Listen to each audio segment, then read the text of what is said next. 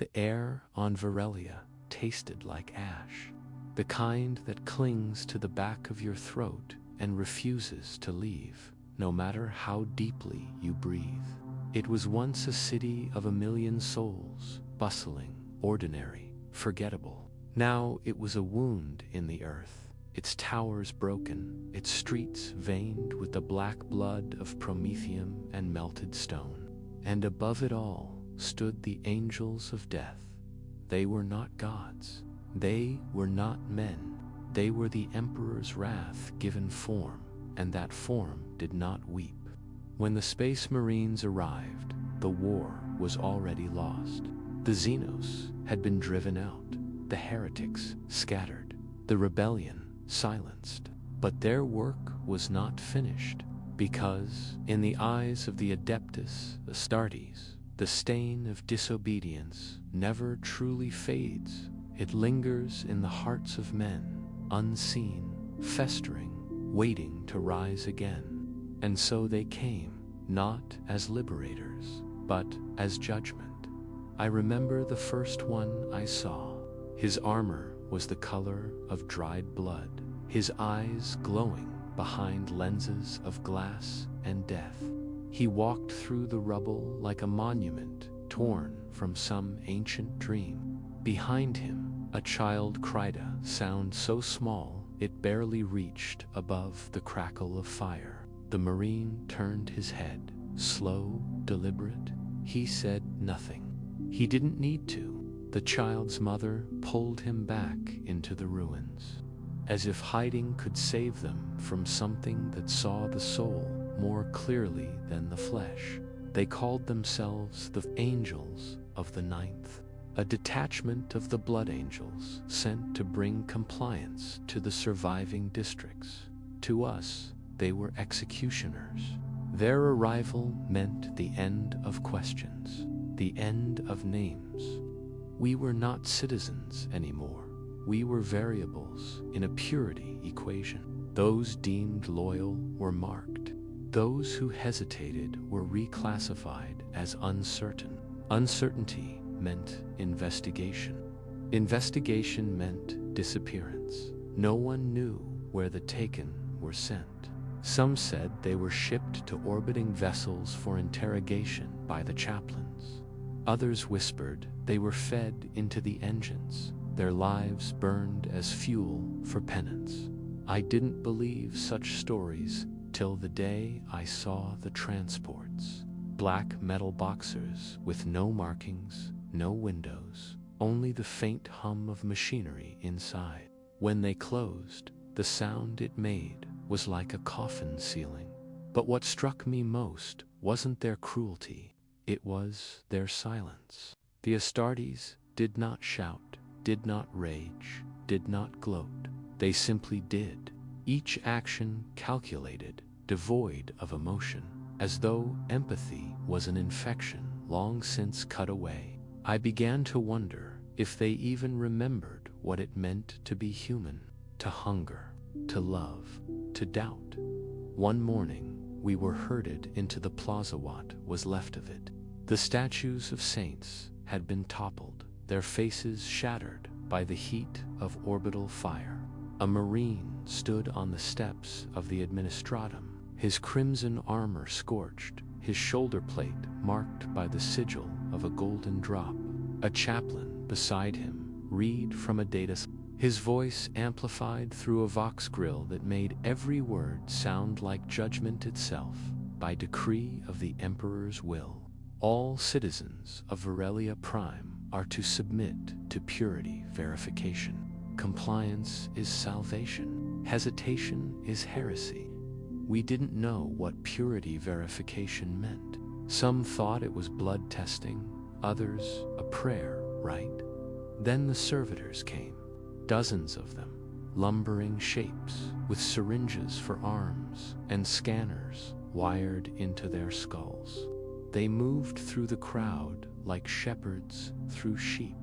The first man who resisted a factory worker who shouted that his faith was pure was seized instantly. The Marine stepped forward, and in a motion faster than thought, crushed his skull beneath a gauntlet. No warning, no trial, just silence and the faint hiss of cooling armor. The crowd froze. No one dared to breathe. Even the servitors paused, their mechanical worry slowing as if awaiting further instruction. The Marine wiped the blood from his fingers against the stone, then turned back to us. His voice was low, filtered through the vox like a thunderclap inside a tomb. The Emperor forgives, not rebellion. He purifies it. I can still hear those words when I close my eyes. From that day, Varelia ceased to be a city. It became a sorting ground. Every morning, we lined up under the gaze of the angels, hoping our names would not be called. We prayed, though prayer felt like mockery beneath their eyes. I remember the smell of burned incense mixed with blood, the distant hum of gunships circling the ruins, the way the light fell through the dust like the last mercy of a dying sun. But even in that horror, there were moments that made me question everything I thought I knew about them. Once, I saw a Marine kneel beside a dying woman. Her leg had been torn open by debris. She was beyond saving, yet he stayed with her, silent. He removed his helmet, and for an instant, I saw his face pale, scarred, and impossibly weary. He didn't speak. He just closed her eyes with a hand that could shatter steel and walked away in that moment. I realized something terrifying they remembered. Not love, not pity, but something older.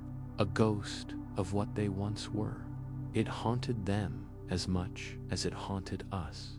And so I began to wonder not if the Space Marines were monsters, but if they were victims of their own perfection, because perfection in the Imperium demands the death of everything human.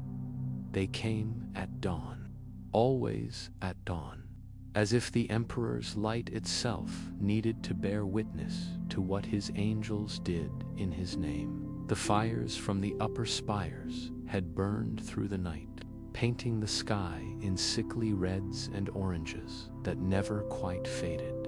Smoke clung to everything, our hair, our clothes. It wasn't just the stench of burning fuel or charred flesh. It was the smell of endings. The Marines moved in formation through the avenues, boots thudding like hammers against stone. Behind them came servitors, hauling cages, mechadendrites twitching, their augmetics slick with rain and oil. I'd learned to read the rhythm of their patrols by then. You could feel the difference between when they came to collect and when they came to cleanse. This morning, the steps were too measured. To calm cleansing, we gathered by instinct, by fear. Those who hid were found, those who ran were shot, and so we waited. The Marines' shadows fell over us before their words did. One of them stepped forward, his armor marked by deep cracks, as though the war itself had gnawed at him. He raised his bolter and spoke not loudly, not cruelly, just flatly. Designation 97K. Step forward. The crowd shifted, a rustle of whispering bodies. A woman to my left gasped softly her husband's number. He tried to speak, to explain, to plead. But when he opened his mouth, the Marine's gaze locked onto him, and the words died before they could form. The bolter roared once. The sound tore through the plaza, echoed down the ruins, and was gone. The woman screamed. The Marine didn't flinch. He turned to the chaplain beside him and nodded once. The chaplain began to read from a black scroll, his voice echoing like iron dragged across stone. It wasn't even in Gothic, it was high cant. None of us understood the words, but we didn't need to. The meaning was in the sound. Judgment, one by one, names were called. One by one, the uncertain were erased. Those left behind were told to kneel and repeat the oath of purity, our voices breaking under the weight of the words. I don't even remember the lines now, only how my tongue trembled when I spoke them. Afraid the sound alone might mark me unworthy. When it was over, the plaza was half empty. The angels turned without another word, leaving the bodies cooling in the rain. Their silence was worse than any curse. It told us that to them, this was not cruelty, was maintenance. That night, I returned to the ruins of my old home. The ceiling had collapsed, the walls blackened with soot. In the corner, half buried under debris, lay an old data slate. Its screen still flickered faintly, cycling through broken transmissions. I don't know why I kept it. Maybe because it was a piece of the world before. The world where words had meaning, where law still felt human. The slate crackled to life once, just long enough to play a fragment of a pre-war Vox report. The Emperor protects. I laughed, a hollow, bitter laugh that scraped my throat raw. The Emperor protects. But from what? From whom? The angels were supposed to be his protection, his chosen. And yet here we were, his children, cowering under their gaze like vermin. A week later, I found work at the manufactorum ruins, cleaning wreckage. It wasn't sanctioned labor, but the Marines didn't care as long as we stayed quiet. Sometimes I'd see them from a distance, standing still for hours, motionless, like statues carved from red iron. You could almost believe they were praying. One evening, a young servitor malfunctioned. It began repeating the same phrase in a broken, glitched loop. Faith, verification, verification, verification, until one of the Marines strode forward and crushed its skull underfoot. Not with rage, just efficiency. I asked a mechanicus tech adept once if the Marines ever spoke of what they felt. He only looked at me, expression unreadable behind his rebreather, and said, "They do not feel. They remember function." That stayed with me. They remember function. It made me wonder what happens to a man who forgets his name, his family, his joy, and remembers only the act of obedience. What does he become? One night, I saw something I should not have seen. The Marines had gathered in what used to be the central cathedral. The roof was gone, the sky bleeding starlight through the smoke. The chaplain stood before them, chanting words that felt ancient, terrible, beautiful. The angels knelt in silence, heads bowed, and for a moment, it almost looked like sorrow. When the chanting ended, the chaplain raised his crozius and declared, "The Emperor knows their sins as he knows ours. There is no redemption, only sins." I realized then, even they were prisoners, bound to the same impossible perfection that was slowly erasing all of us. And for the first time since the invasion, I felt something that frightened me more than death. I pitied them. In the days that followed, Varelia became a ghost caught between breaths. The war had ended, but peace never came. The Astartes still patrolled, their presence a reminder that survival was not mercy, was probation. Every street corner bore their mark, every shadow carried their rumor. Civilians no longer spoke in words. We spoke in glances, in silence, in the language of fear. Even the wind seemed to carry their footsteps now. I began to notice something strange about them, not in their cruelty that had become a constant, but in the way they lingered. there was no rest in their movements. They would stand for hours among the ruins, motionless, staring at the horizon as if waiting for something that would never come. Their armor gleamed beneath the broken sun, the crimson lacquer streaked with ash, the imperial aquila blackened from battle. One afternoon, as I cleared debris from the shattered administratum block, I saw one of them alone. His helmet was off, resting at his side, and the sight of his face stopped me cold. He looked young not in years, but in the way the scars had barely faded. His eyes were pale, unfocused, staring through the world rather than at it. There was a faint line of black oil on his cheek, where his respirator had rubbed raw against skin.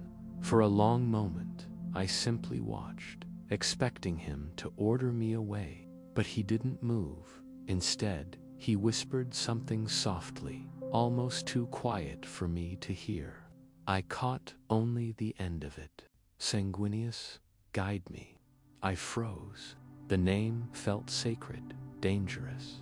I wanted to run, but curiosity held me. There was no threat in his tone-only weariness, the kind that seeps into bone, the kind that no battle ever cures.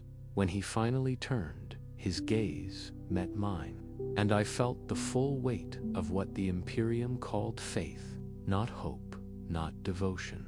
Faith, the kind that demanded everything, even your soul. For a heartbeat, I thought he might kill me simply for having seen him like that. But instead, he said something I never expected. "Go home, citizen. There is nothing left to purify here." His voice was quiet, almost human. I didn't move. Not until he turned away and placed his helmet back on. When he did, it was as though the man beneath the armor vanished, and only the angel remained. That night, I could not sleep. I kept hearing his words, replaying them over and over. "There is nothing left to purify here." What did he mean? Was it pity, disgust, regret? The more I thought about it, the more I realized that maybe the angels were beginning to see what we sought to feel, the emptiness of the Emperor's perfect order. Maybe they knew that in their crusade to cleanse humanity, they were burning away its soul. Rumors spread through the lower hab blocks that the Marines were preparing to leave, that the planet had been declared pacified, but others whispered darker things, that a final purge was coming, that the chaplains had deemed the survivors too tainted to be trusted. Every night, we listened to the distant rumble of thunderhawks rising and falling, praying that when dawn came, we would still be here to see it. One morning, I found a parchment nailed to the wall near the manufactorum ruins. The ink was smudged with soot, but I could still read the words, "Compliance achieved. The Emperor's judgment fulfilled." It was unsigned, sealed with wax, bearing the mark of the Blood Angels. The words should have brought relief. Instead, they felt like a eulogy, because compliance, in the language of the Imperium, never meant peace. It meant silence. That night, I saw the last of them depart, a column of red and gold beneath the burning sky, banners tattered, armor scorched. The citizens gathered in the streets to watch, though no one dared to cheer. The angels marched toward the waiting thunder, their steps heavy with something that looked almost like reluctance. As the engines roared to life, the chaplain turned one final time, his vox amplifying his voice across the ruins. "The Emperor sees your endurance. Let it be your redemption." And then they were gone. The gunships rose into the clouds, leaving only smoke and silence behind. For the first time in months, the air felt lighter. But it was not freedom we breathed, was aftermath. The angels had left us alive, but what they'd taken could never be replaced. Families broken, faith shattered, humanity hollowed out and repainted in the colors of obedience. Still, in the ruins of what was once a city, a strange truth lingered. We hated them, we feared them, and yet, somewhere deep in the marrow of our despair, we missed them, because without their judgment, we no longer knew what to be. That is what the Imperium does best. It doesn't destroy you. It empties you, then teaches you to fear the silence that remains. And in that silence, I realized what true compliance meant. It wasn't about loyalty to the Emperor. It was about forgetting how to dream.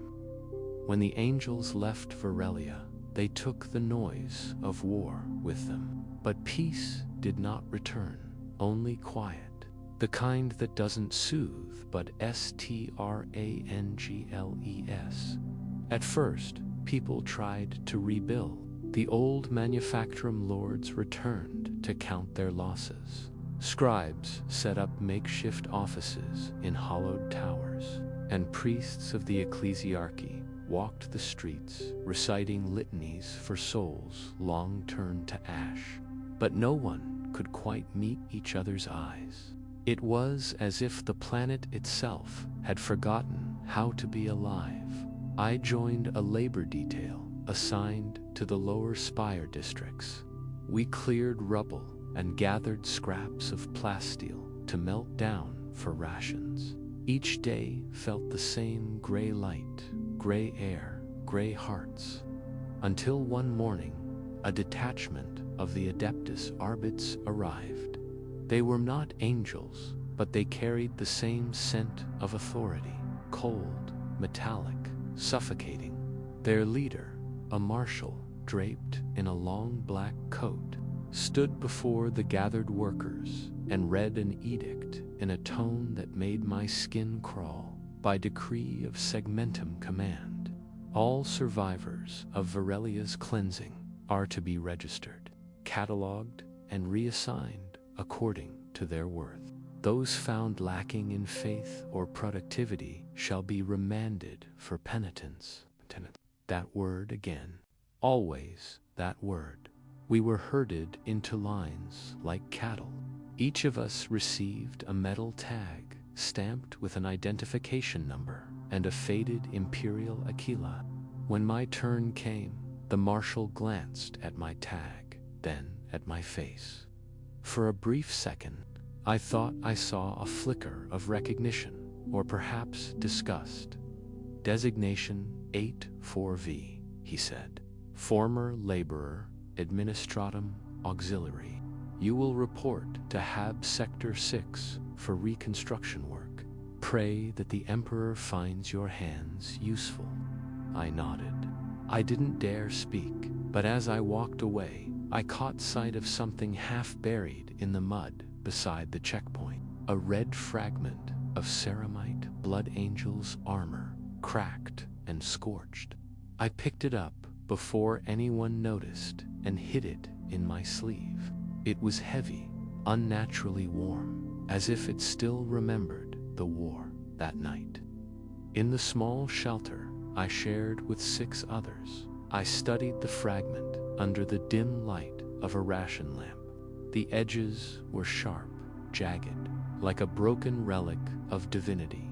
Someone had carved words into the inside surface, faint but still visible. Forgive us, Father. It was then that I understood something the Imperium never wanted us to see. The angels weren't gods. They were victims, slaves to a faith so vast, so cruel, that even they sought forgiveness from it. Days turned to weeks. The Arbites worked us harder, rationed food tighter, and spoke the Emperor's name like a weapon. But the people had changed. There was no rebellion, no fire left to burn, just tired eyes and the quiet acceptance of our fate. Still, I kept that red shard hidden close to my chest, a reminder that even gods could break. One evening, while unloading ration crates near the docks, I overheard two Arbites officers talking. Their voices were low, but the words sent a chill through me.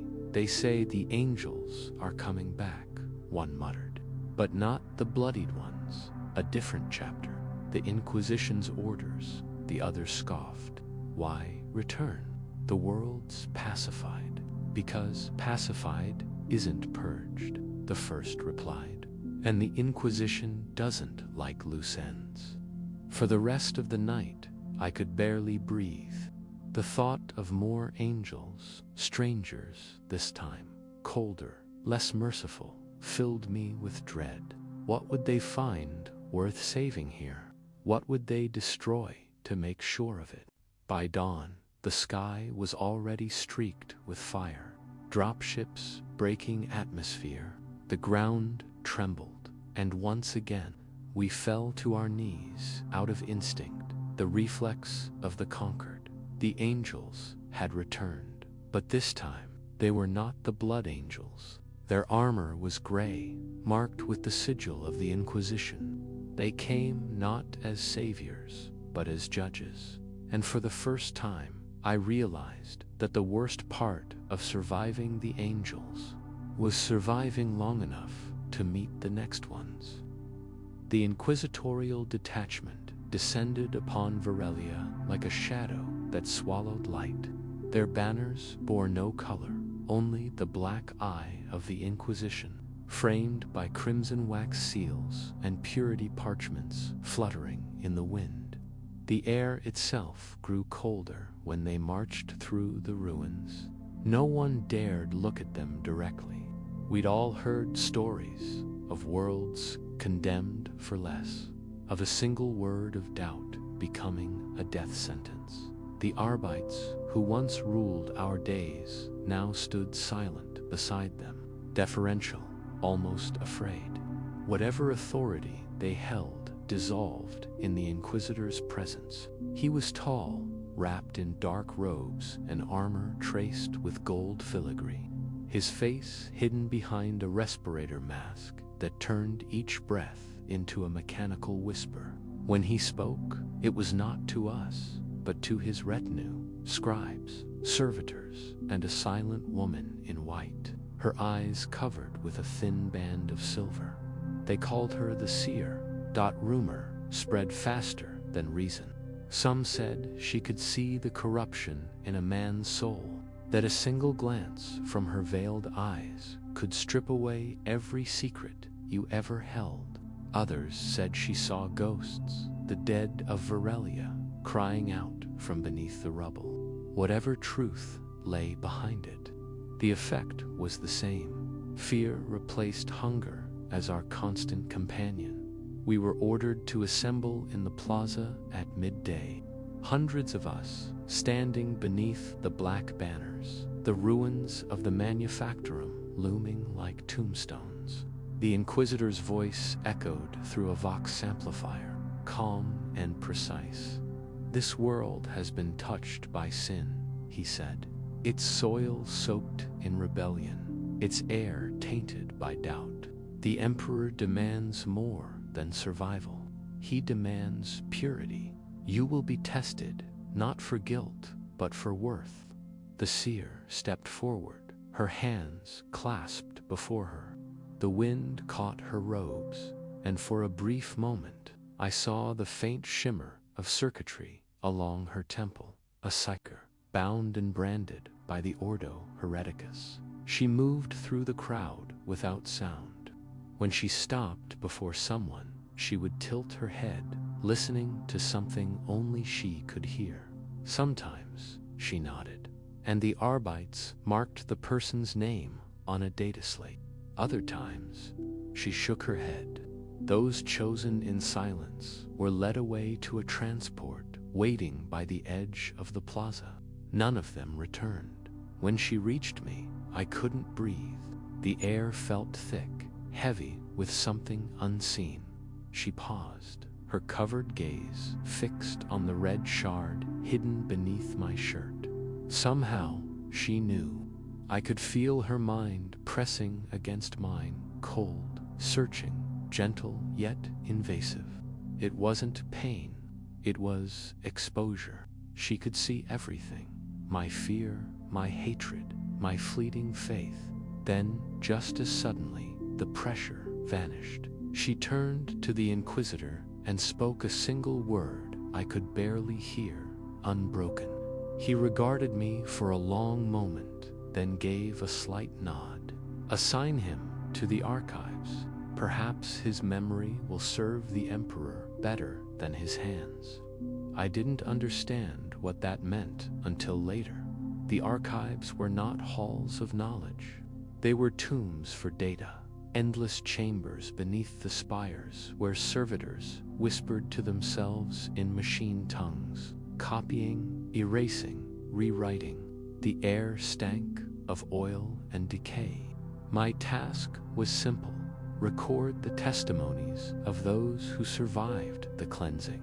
Every word, every sob, every confession was etched into the cogitators for review by the Inquisition.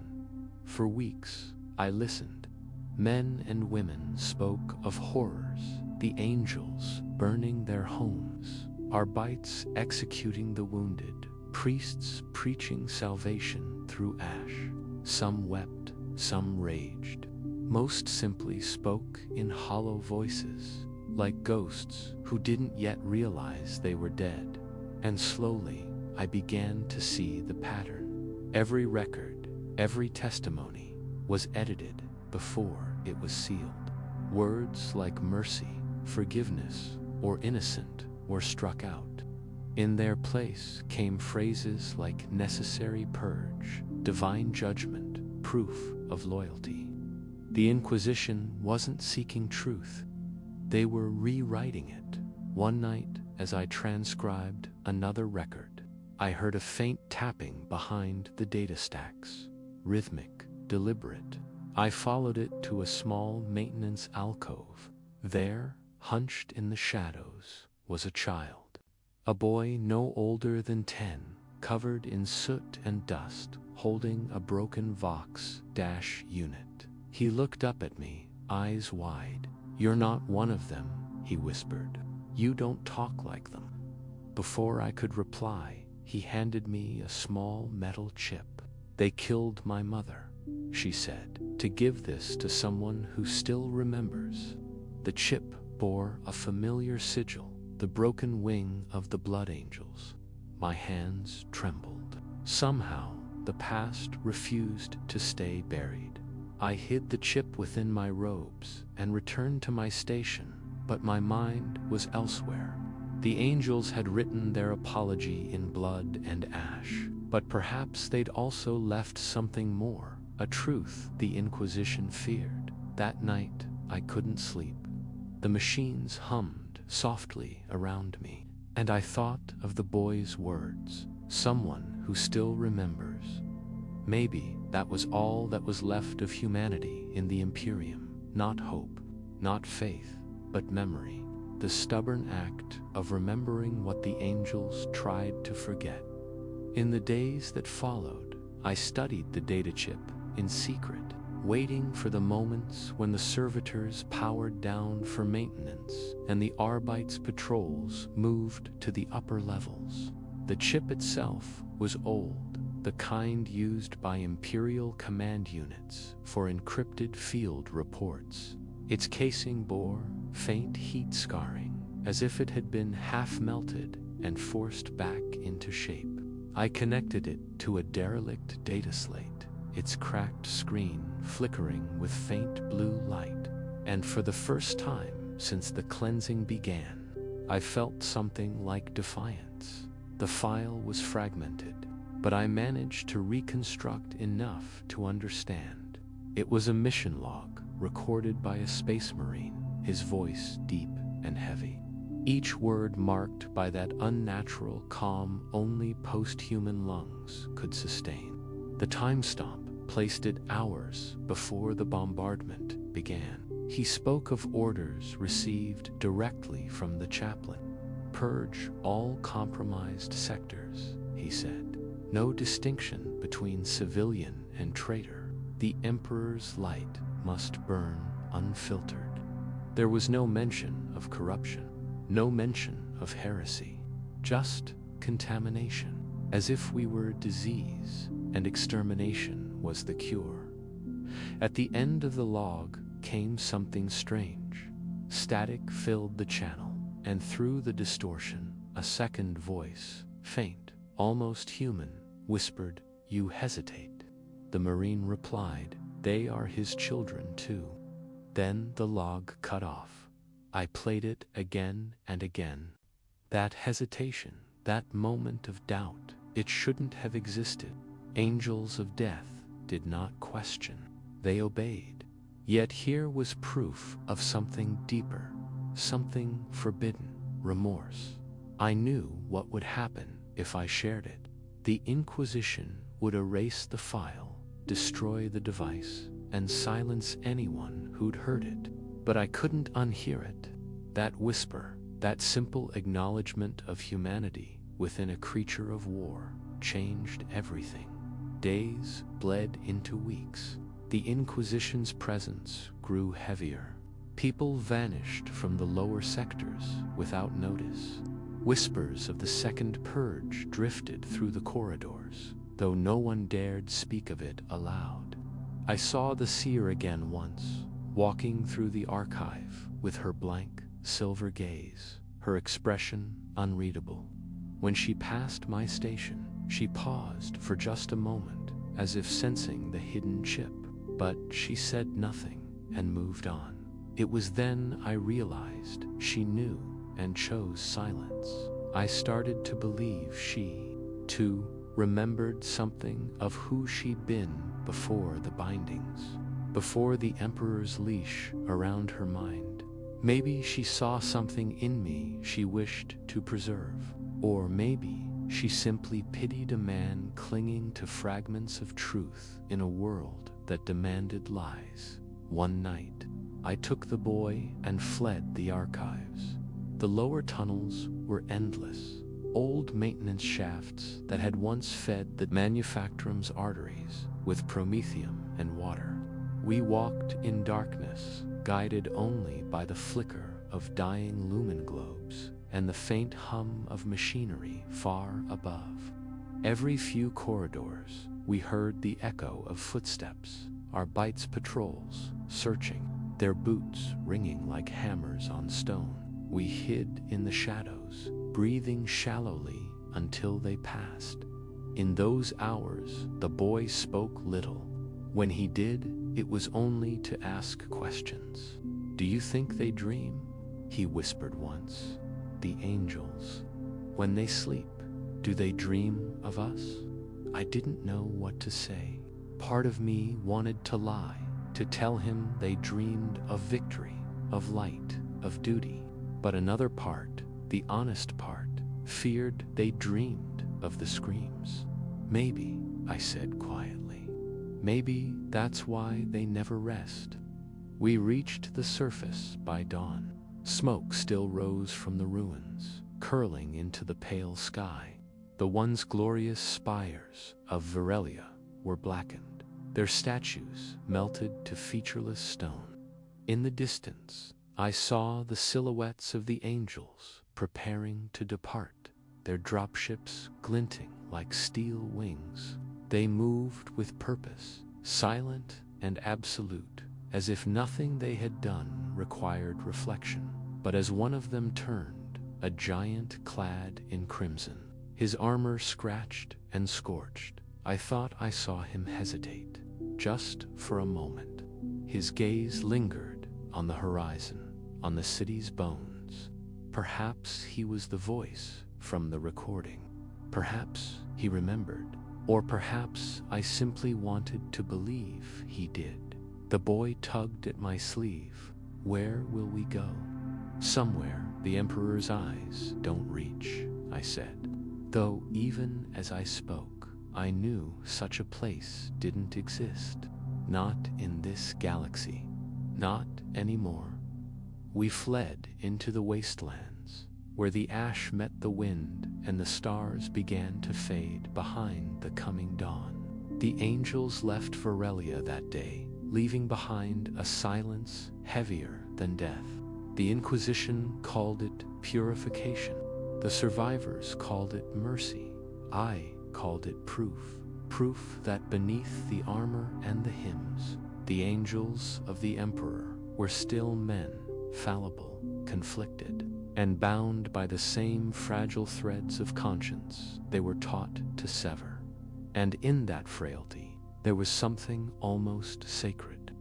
The wasteland beyond Varelia was a grave of forgotten things. The ground was fractured glass, fused from orbital fire, each step crunched with the sound of a dying world.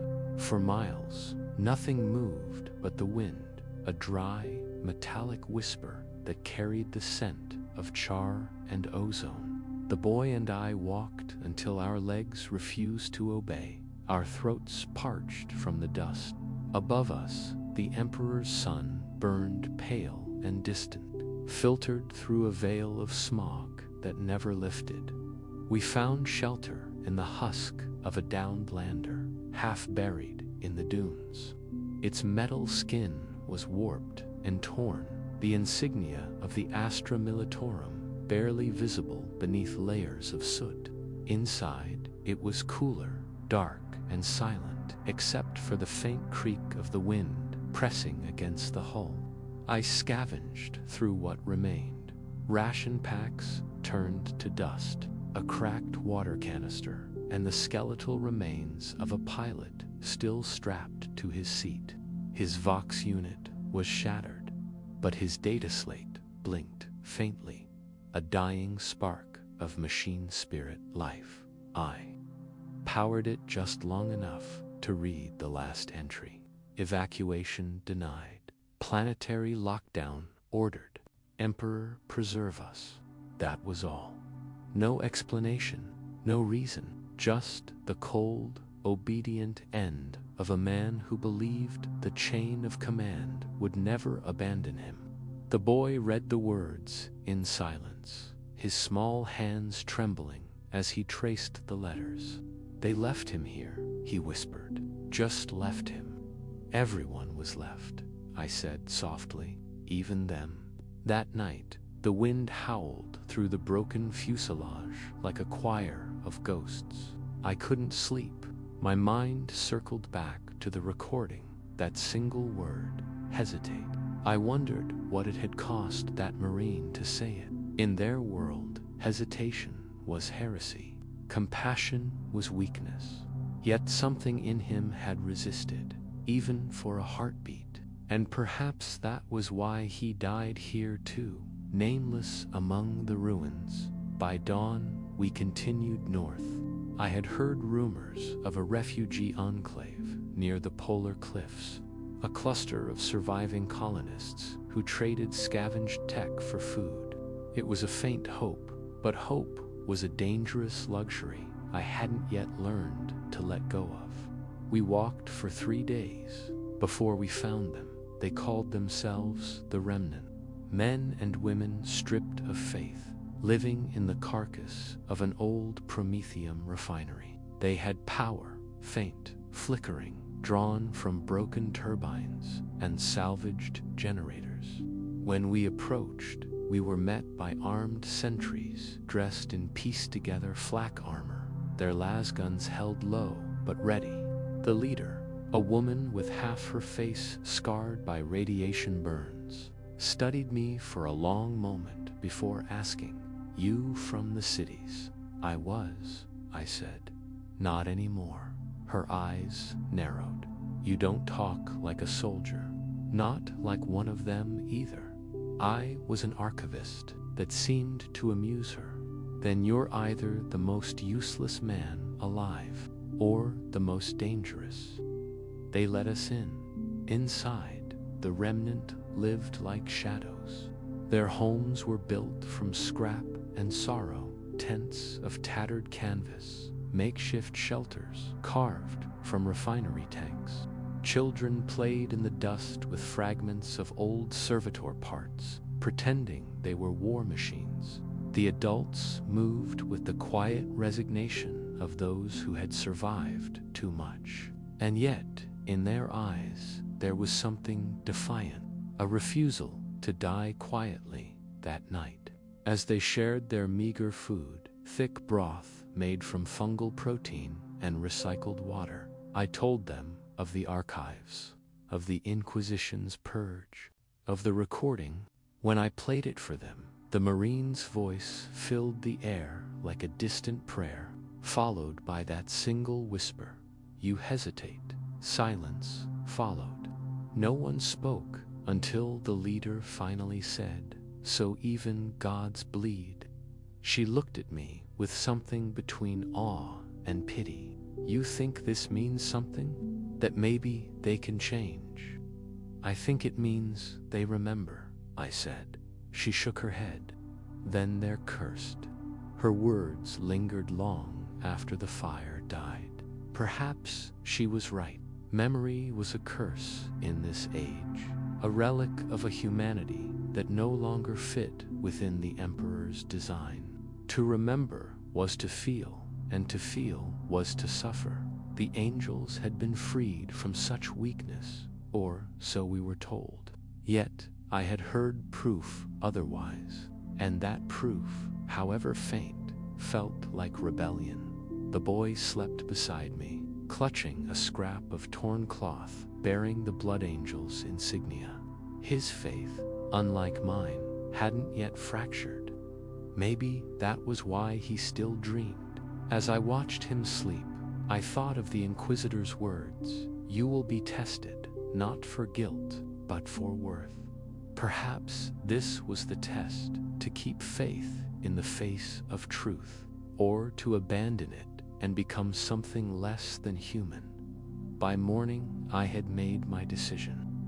The next morning brought a thin light, pale and cold, barely piercing the haze that hung over the refinery. The remnant were already at work when I woke. Some dismantled old servitors for scrap metal.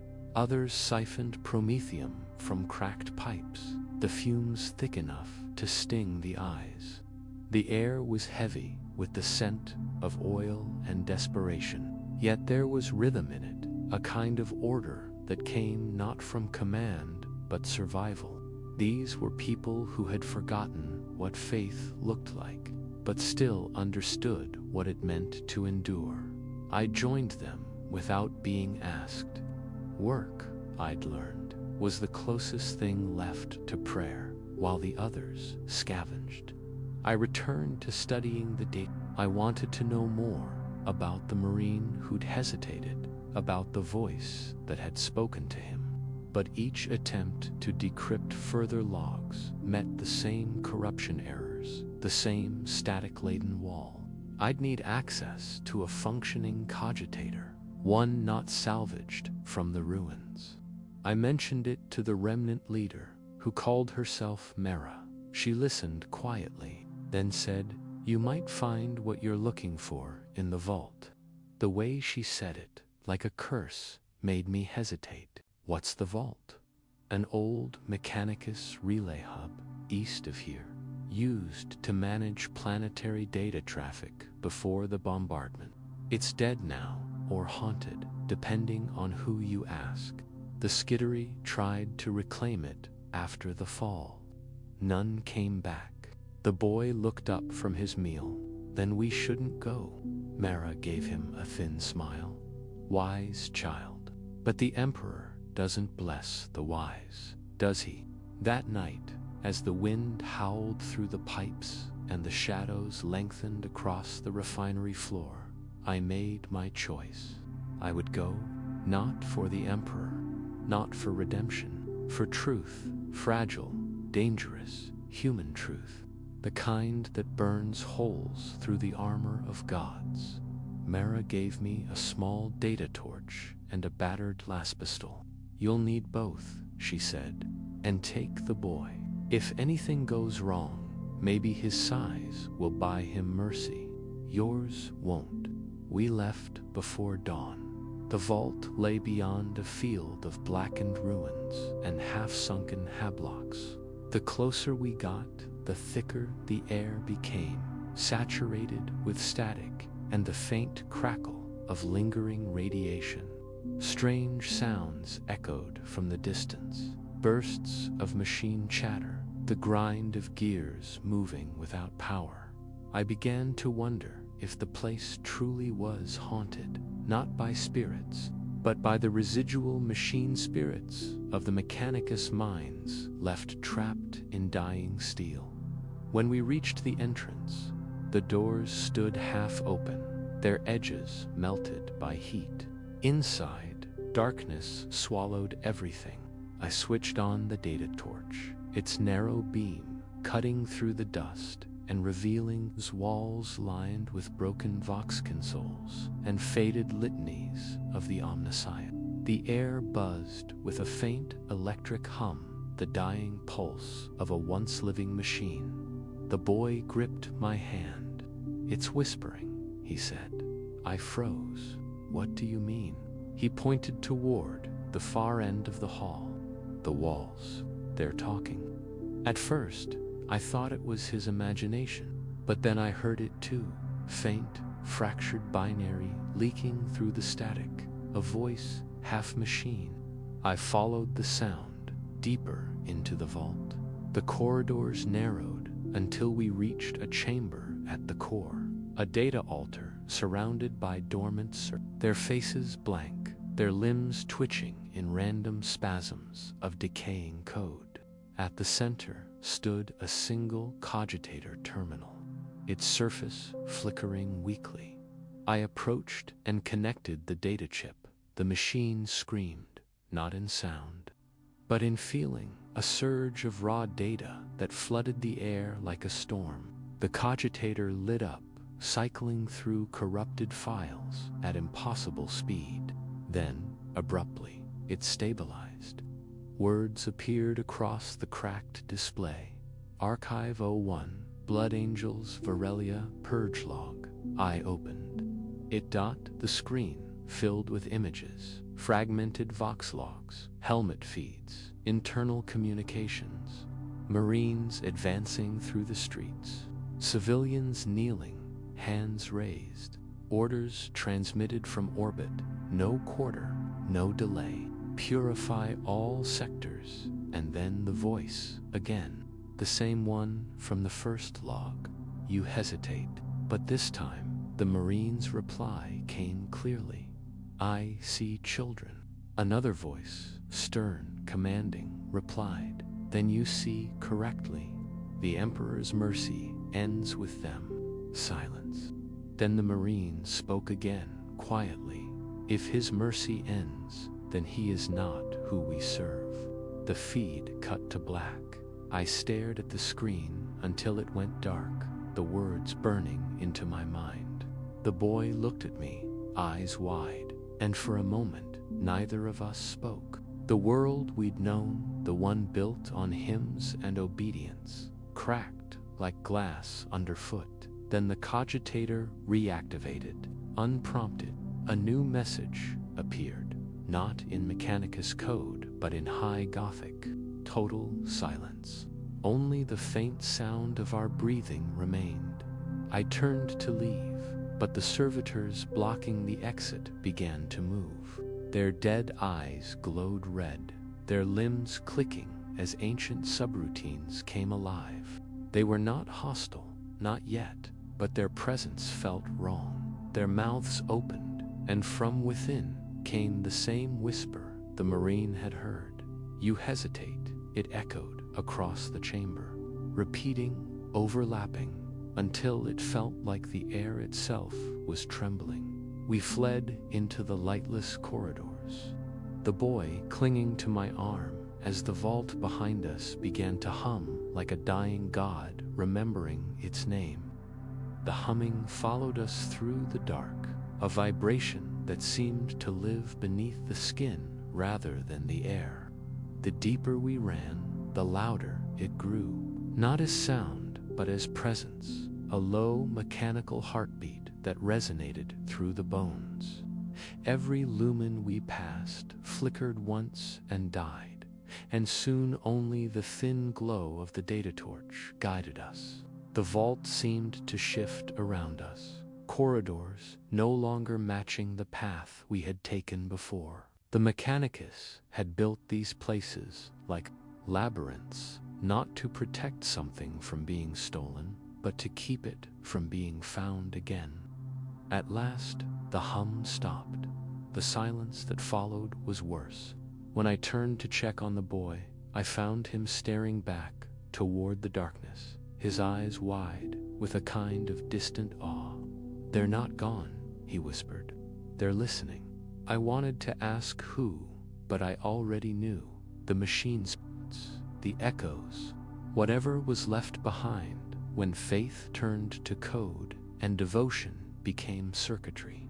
We reached an exit hatch, half-sealed and rusted from centuries of neglect. I forced it open with both hands, metal shrieking as cold air spilled through. Outside, the wasteland seemed impossibly still. No wind, no sound, just the endless horizon of ash and fractured stone. For a long moment, I thought we had escaped. Then I saw the light. A crimson streak burned across the sky, descending fast. It wasn't a meteor. It was a drop-pod. The blood angels had returned. I pulled the boy down behind a rock formation as the pod struck ground in a plume of dust and fire. When it opened, 6 figures emerged, colossal, armored, their forms gleaming in the half-light like living statues. Their presence made the air heavy, charged with the scent of ozone and burning oil. They moved with precision, scanning the terrain, weapons held ready. One of them spoke, his voice carried through a vox grill, distorted but unmistakably human. "This is Captain Erastes. Confirmed mechanicus signal reactivation in this sector. Secure and cleanse." Cleanse. The word had become hollow, yet it still froze my blood. They advanced toward the vault. I knew if they found the terminal, they would erase it. The recordings, the proof, everything. Whatever remnants of doubt or humanity had once lingered in their brotherhood would vanish beneath obedience. And yet, a part of me wanted to step out, to confront them, to ask, "Do you remember?" The boy tugged at my sleeve. "We should run," he said. His voice trembled, but there was clarity in it. "You can't fight them." He was right. Against angels, there was no running, only delaying the inevitable.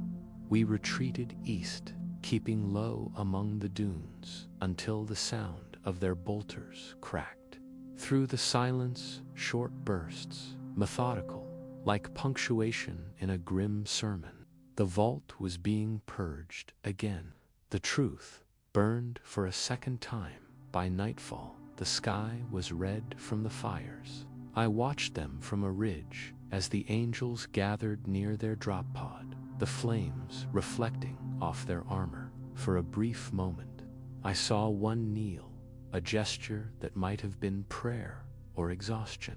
His helm turned toward the horizon, toward the ruins of Varelia. The gesture lingered long enough to seem deliberate. When they left, I found what remained of the vault, a crater of molten steel and glass. The data terminal was gone, melted into slag. The servitors were reduced to heaps of charred bone and metal. But in the center of it all, untouched by the flames, lay the data chip. Its casing cracked, but the symbol, the broken wing, still visible. I picked it up, feeling its warmth against my palm. The machine spirits had protected it. Or perhaps, whatever spoke through that whisper, "You hesitate," had chosen to preserve it again. The boy watched me carefully. "Will you keep it?" "Yes," I said, "until someone else remembers." We made camp miles away, under a sky that refused to show stars. The boy slept quickly, exhaustion overtaking him. I sat awake, turning the chip in my hand. The words from the cogitator screen repeated in my mind. They remember. What if that was the truth? What if, buried beneath the gene-forged obedience, the indoctrination, the centuries of doctrine, there were fragments of memory still alive within them, ghosts of the men they once were? Could they still feel sorrow? Could they still dream? Or was that hope only another form of heresy? Before dawn, I buried the chip beneath a cairn of stone, not out of fear, but reverence. Truth, like faith, sometimes had to be hidden to survive. And as I covered it, I whispered the only prayer I still believed in. Remember, when the sun rose, we continued east, somewhere beyond the wasteland.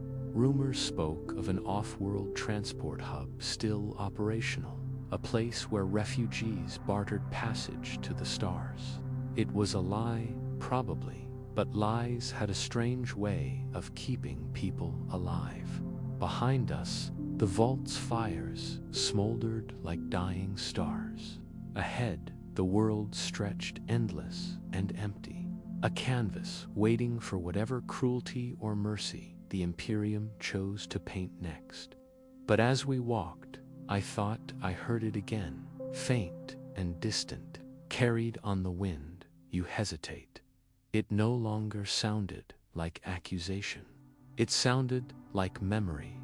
The journey east took us through the hollow skeleton of what was once a manufacturing district. Great metal ribs of collapsed cranes loomed above us, their shadows long and skeletal in the weak dawn.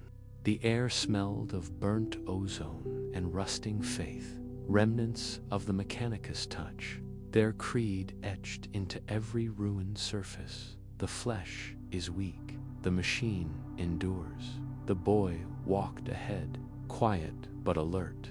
His steps were cautious now, every sound a whisper against the ash. Once, he had been afraid of silence. Now, he feared breaking it. The world around us demanded reverence, as if some slumbering god might awaken if we spoke too loudly. We passed a line of statues, once proud effigies of the emperor's servants, now headless and eroded by centuries of dust storms. Their names had been carved into the stone plinths, but the script was gone, erased by time or by intent. That erasure felt fitting. On Varelia, even memory had to die.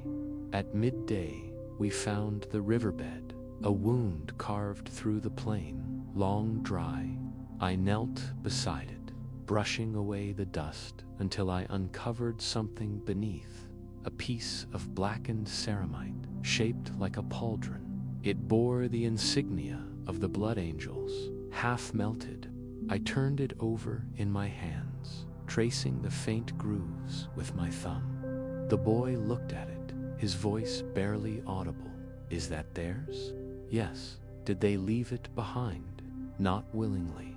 There were no bodies. The angels didn't leave those either.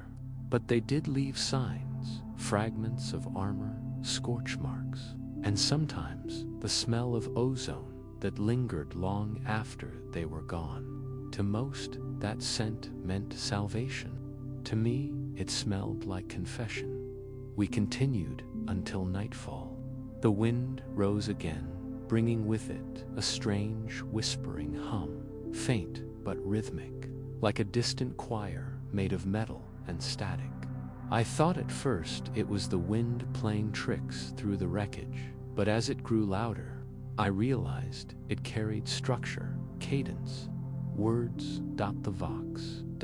I activated my old receiver, its signal weak, but still functional. Through the crackle of interference came a voice flat, filtered through layers of machine distortion. Sector cleanse complete. No survivors confirmed. The Emperor's mercy is delivered. Then, silence. The boy stared at me. They're still near. Yes, I said. They never leave a world without proof. That night, I dreamt of the angels, not as they were, but as they had been, men once, before the gene seed, before the conditioning. I saw their faces unmasked, human, uncertain, eyes like dying stars. I saw one kneel before a dying child, his gauntlet hand trembling as he reached out, not to kill, but to comfort. Yet, even in the dream, the gesture was wrong, too slow, too calculated, as though the act of kindness had to be remembered, not felt. When I woke, the boy was gone. Panic struck me cold, and I ran toward the ridge, and there he was, standing before a pile of debris, staring at something in the dust. Armor blackened and torn apart by the crash. Astartes, his helm was shattered, exposing what remained of a face. The skin was ashen, the features unnaturally still, caught somewhere between man and God. The boy knelt beside him. "He's small," he said quietly to a child. Even a dead angel seemed mortal. I approached and saw that the Marine's right hand still clutched something, a pendant, crudely shaped, bearing the sigil of the Blood Angels. Around it, scrawled in blood and ash, was a single line. "Remember the light." It wasn't a battle mark. It was a plea. The boy looked at me, waiting for an explanation I couldn't give. "What does it mean?" he asked. I hesitated. Maybe even they forget who they are, sometimes. I took the pendant. It was heavy, impossibly so, as if it carried the weight of centuries. For a moment, I thought I saw the Marine's fingers twitch, not in death throes, but in something closer to release. The wind rose again, carrying the echo of that same whisper I had heard in the vault. "You hesitate." Only this time, it didn't come from within me. It came from him. We followed him through the husk of the city, past ruins that had forgotten their own names. The Marine moved with mechanical certainty, but his eyes, those cold, glass-filtered, optics lingered on every shattered statue and burned-out chapel we passed. He was searching, though for what, I could not tell. The boy trailed behind him with the silent awe of a pilgrim shadowing a saint. I wondered what image of the angels now lived in the child's mind, and whether I should try to destroy it before reality did. The Marine halted at an intersection where the ground had split open, a yawning scar that plunged deep into the manufactorum underbelly. He looked down into the darkness and muttered a prayer, not the kind the ecclesiarchy taught, but something older, private, almost mournful. "The flesh decays, the will endures," he whispered. "By his hand we are unmade and made again." Then, turning to us, he spoke louder. "Below lies the core. We must verify the purge." "What remains below?" I asked, though I wasn't sure I wanted to know. "Echoes," he said, "and the ones that failed to die." His voice left no room for questions. He descended first, magnetized boots grinding against the steel ladder. I went after him. The boy pressed against my back, clutching my cloak like a lifeline. The air grew thick and metallic, humming with the residue of things that should not have lived. The lower levels were a tomb of machines. Broken servitors twitched aimlessly, their wires trailing like veins. A dozen skulls hovered in silence, servo skulls that still obeyed their final command: observation. They drifted past like ghosts, their lenses blinking softly as if remembering a world that no longer needed them. At the chamber's heart lay the generator on, enormous cylinder cracked open along its spine, leaking thin blue fire. Its hum was no longer the voice of industry, but of something wounded. The Marine approached it reverently, kneeling before the exposed plasma coils. "Still alive," he murmured. "Still fighting. Can it be repaired?" I asked. He shook his head. "This world is no longer worth the promethium it would consume."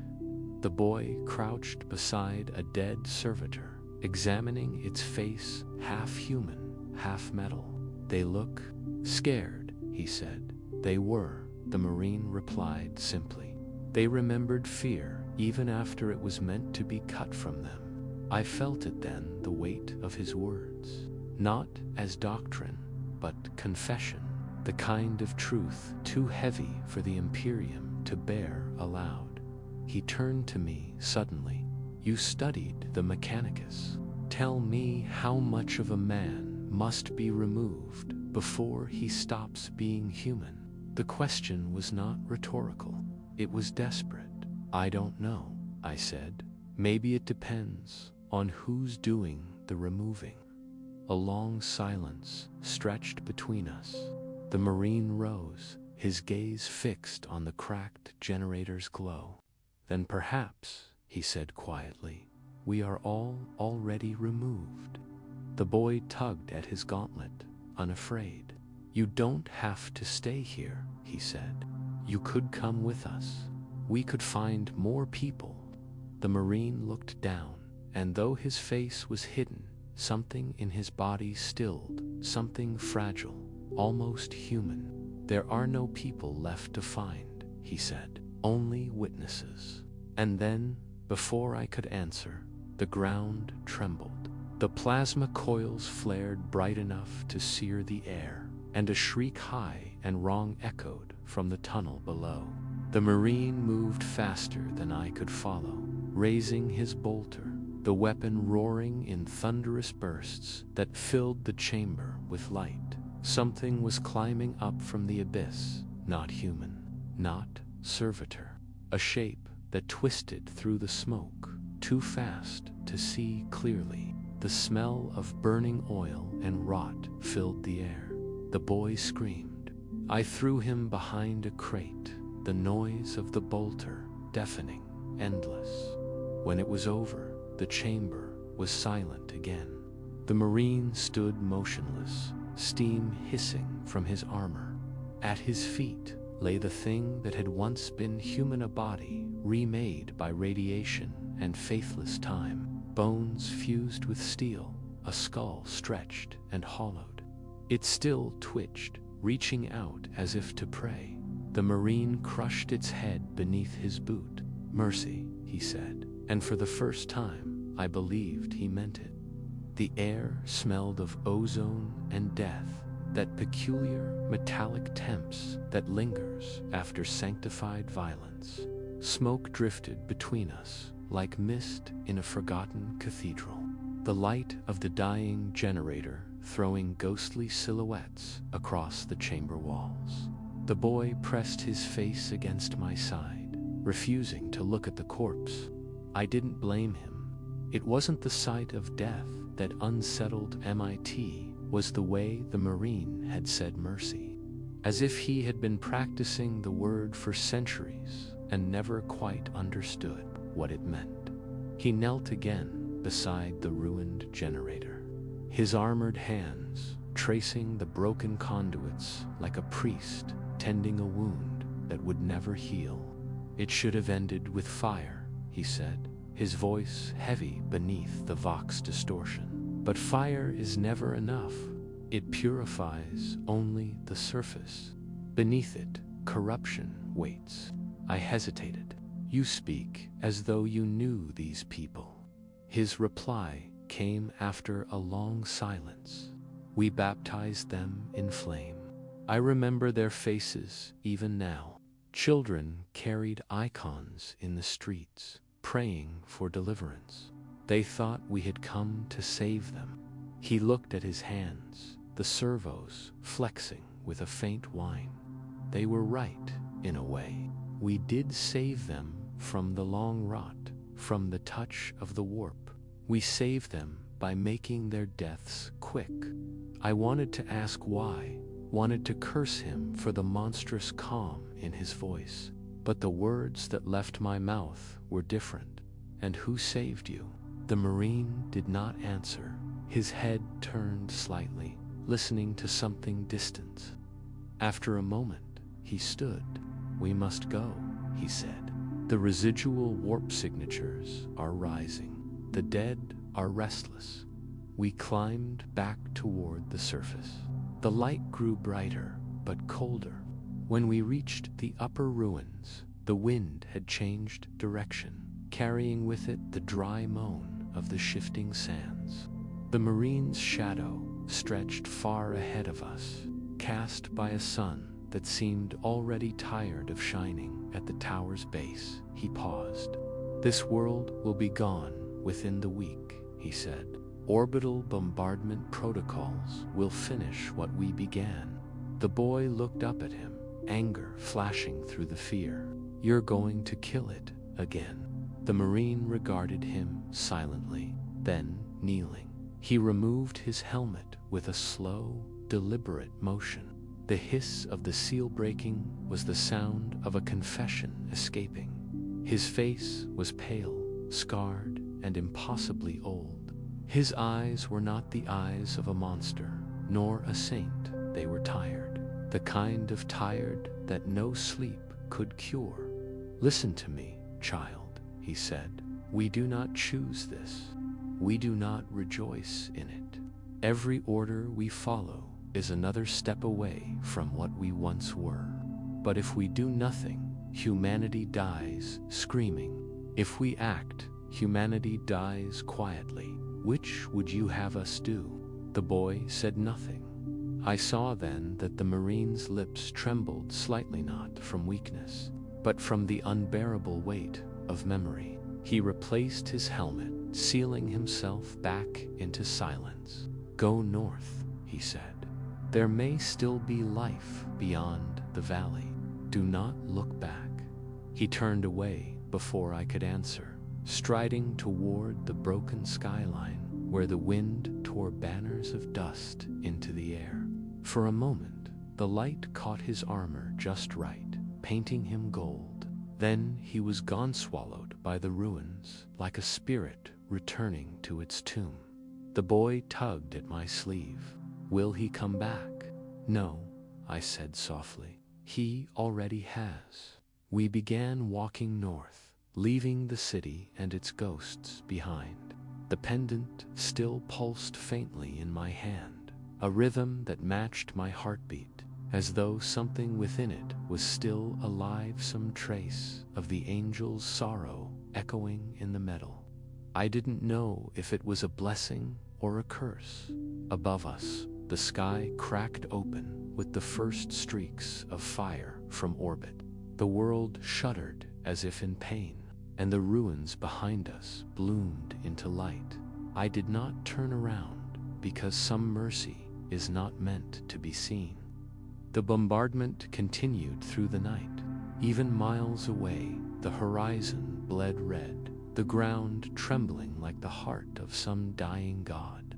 Every few seconds, the darkness flashed white, followed by the distant thunder of collapsing cities. I'd seen orbital fire before, but never like this. This was not war, it was burial. The boy slept restlessly beside me, his head against my arm, his breath shallow and quick. In sleep, he whispered names. I did not know, ghosts, perhaps, of a family he no longer remembered. I watched the horizon burn and wondered if the Emperor himself ever listened to such whispers, or if, somewhere beneath that gilded throne on Terra, he too dreamed of the people left to die in his name. By morning, only smoke remained. The valley was gone, reduced to a black scar stretching to the edge of the world.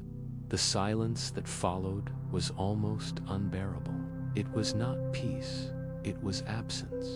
We walked north, as the Marine had told us, through plains of ash that once were fields.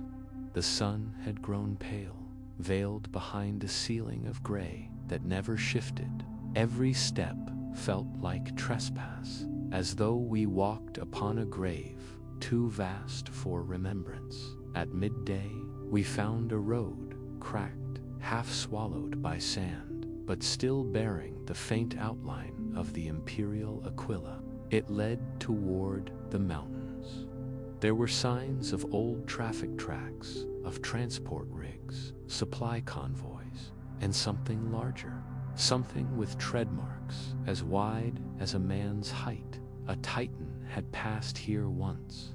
I traced the groove of its path with my hand, feeling the faint indentation where thousands of tons of faith had pressed into the earth.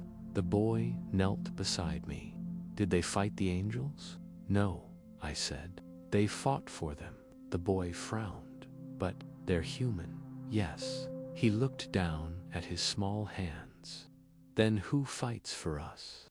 I had no answer. We followed the road until dusk, when we came upon a structure buried halfway in the dust bunker, intact, its surface still etched with imperial warnings. A vox array jutted from the sand, twisted but functional.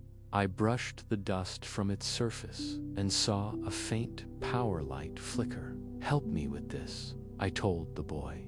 Together, we cleared the entrance and forced it open.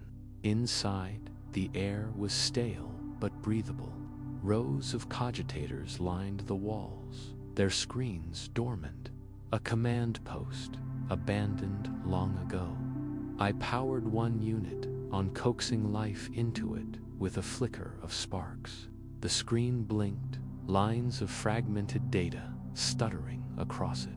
After a few moments, words resolved, sharp and clinical. Inquisitorial record, sealed designation, salvation directive, status, ongoing subject, Astartes reclamation program. I froze. The file was ancient, predating the purge. I scrolled further. Reports of genetic decay within certain chapters, rumors of rogue detachments acting without sanction. Terms like moral instability and spiritual corrosion appeared again and again. Then, one phrase repeated across several entries: the cost of perfection is humanity. I shut the terminal down before the boy could read more. Outside, the wind rose, carrying dust across the barren plains. I could almost hear voices within it, faint layered, as though the earth itself was whispering prayers it no longer believed in that night. As we sat in the dim light of the bunker, the boy asked, "Do you think the angels ever dream?" I thought of the Marine's trembling hands, of the sadness behind his eyes. "If they do," I said, "I think it's of what they've lost." He nodded, as though he understood. Then, after a long silence, he whispered, "Maybe that's what makes them human." I looked at him, the last true child of a dead city, and realized that perhaps he was right. Maybe the Emperor's angels were never meant to be perfect. Maybe perfection was the slowest way to die. Outside, the wind howled again, and I thought I heard something else beneath it, a low hum, mechanical but distant, echoing across the plains. A sound like armored footsteps approaching through the ash. The angels were not finished with this world. Not yet. The sound came closer through the fog of dust, steady and deliberate, each impact resonating like the toll of a cathedral bell. I stepped outside the bunker, shielding my eyes from the glare of a dying sun. The haze shifted, and from it emerged not one figure, but 3 towering silhouettes in the haze, walking in perfect formation. The wind carried their presence like heat before a storm taut space. Marines, their armor gleamed in places where ash hadn't yet dulled the red, their pauldrons marked with the sigil of the Blood Angels. The leader's helm bore a single crack across the visor, like the one who had left us. For a moment, I thought it was him, returned from the ruins, but then I saw the difference. His movements carried no hesitation, no flicker of memory. He was pure function. They stopped several meters away.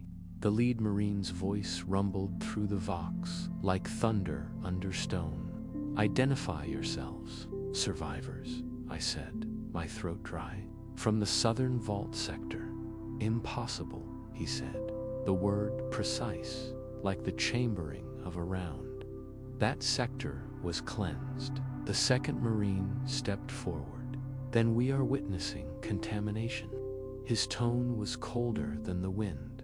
The boy clutched my arm, trembling. I took a step back. "We carry no taint. Scan us if you must."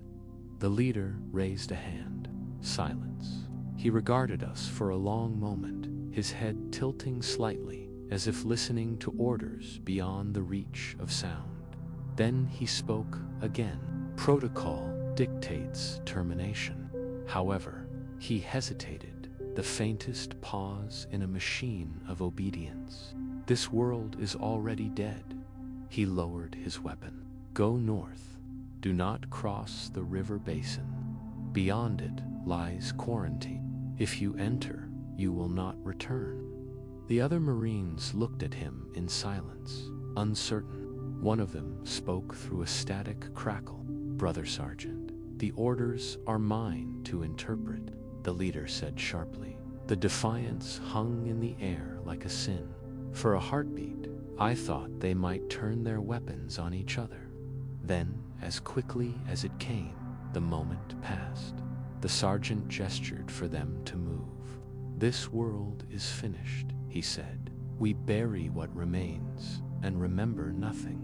They turned and left, their figures fading into the smoke, their footsteps rhythmic and unrelenting. I stood there until the last echo vanished. The boy broke the silence. He sounded like the other one. I nodded slowly. Maybe they were brothers once. Then why didn't he help us? "Because helping isn't part of the order," I said. "It's what's left when the order breaks." That night, the wind brought cold rain, the first I'd felt in months. It carried the taste of metal, of oil, and ash, yet I welcomed it. We sat beneath the shattered awning of the bunker, letting it wash over us.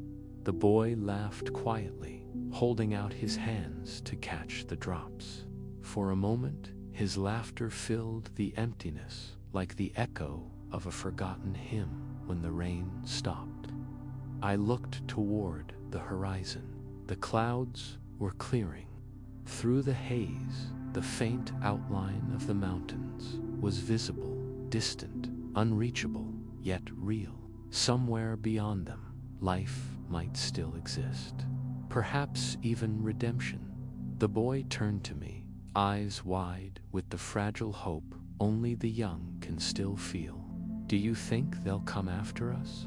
"No," I said. "They've already done what they came to do." He nodded, accepting it without question. As the last drops of rain fell, I reached into my pocket and pulled out the pendant.